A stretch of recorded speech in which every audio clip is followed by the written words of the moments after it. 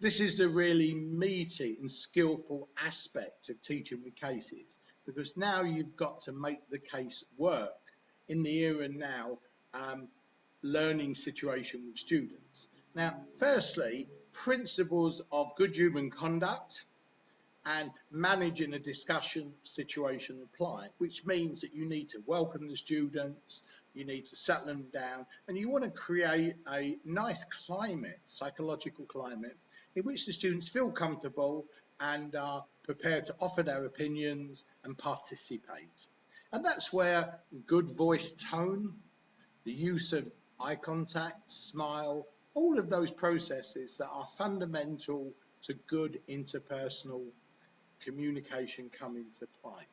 So in this one slide, I'm going to focus on key technical aspects and explain them briefly. So firstly, check with the students that they've read the case and hopefully understood a fair bit of it, and clarify any points of misunderstanding. So hopefully you're starting from a basis that they've got a pretty good idea of what the case is about. Now, looking at these 2 points here, remember that cases are particularly good to get students thinking.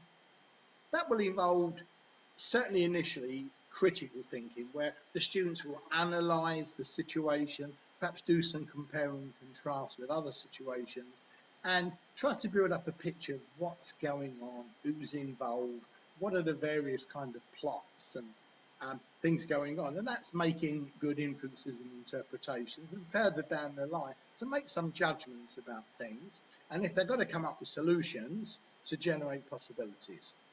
And in that process, as we know, that thinking and building knowledge to develop understanding are fundamental. So there'll be times in the case where you may need to introduce some relevant knowledge and to show the linkages between some of the key concepts and principles. So the thinking and introducing knowledge needs to be facilitated in the context, and that is pretty highly skillful facilitation skills. Now, if we look at these next 3 points, that one of the key things with cases is to get students to look at things from different perspectives.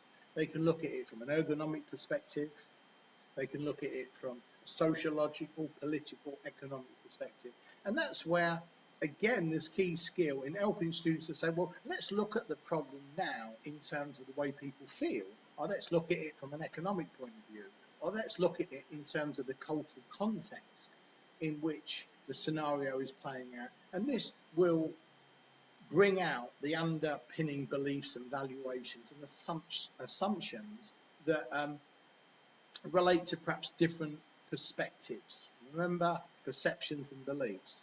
And then we want to be able to tie this together and say, well, how are these different beliefs and assumptions influencing, obviously, perception, but the decisions that have been made and are being made or could be made, and what's their impact on the people involved, the stakeholders? For better or for worse, it may be pretty good for some, but pretty bad for others. And within this dialogue is to be aware of separating fact from opinion where necessary.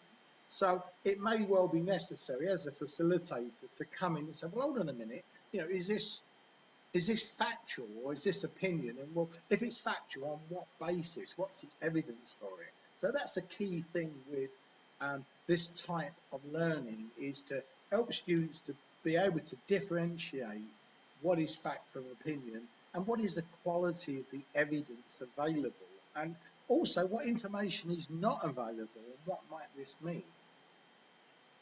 And finally,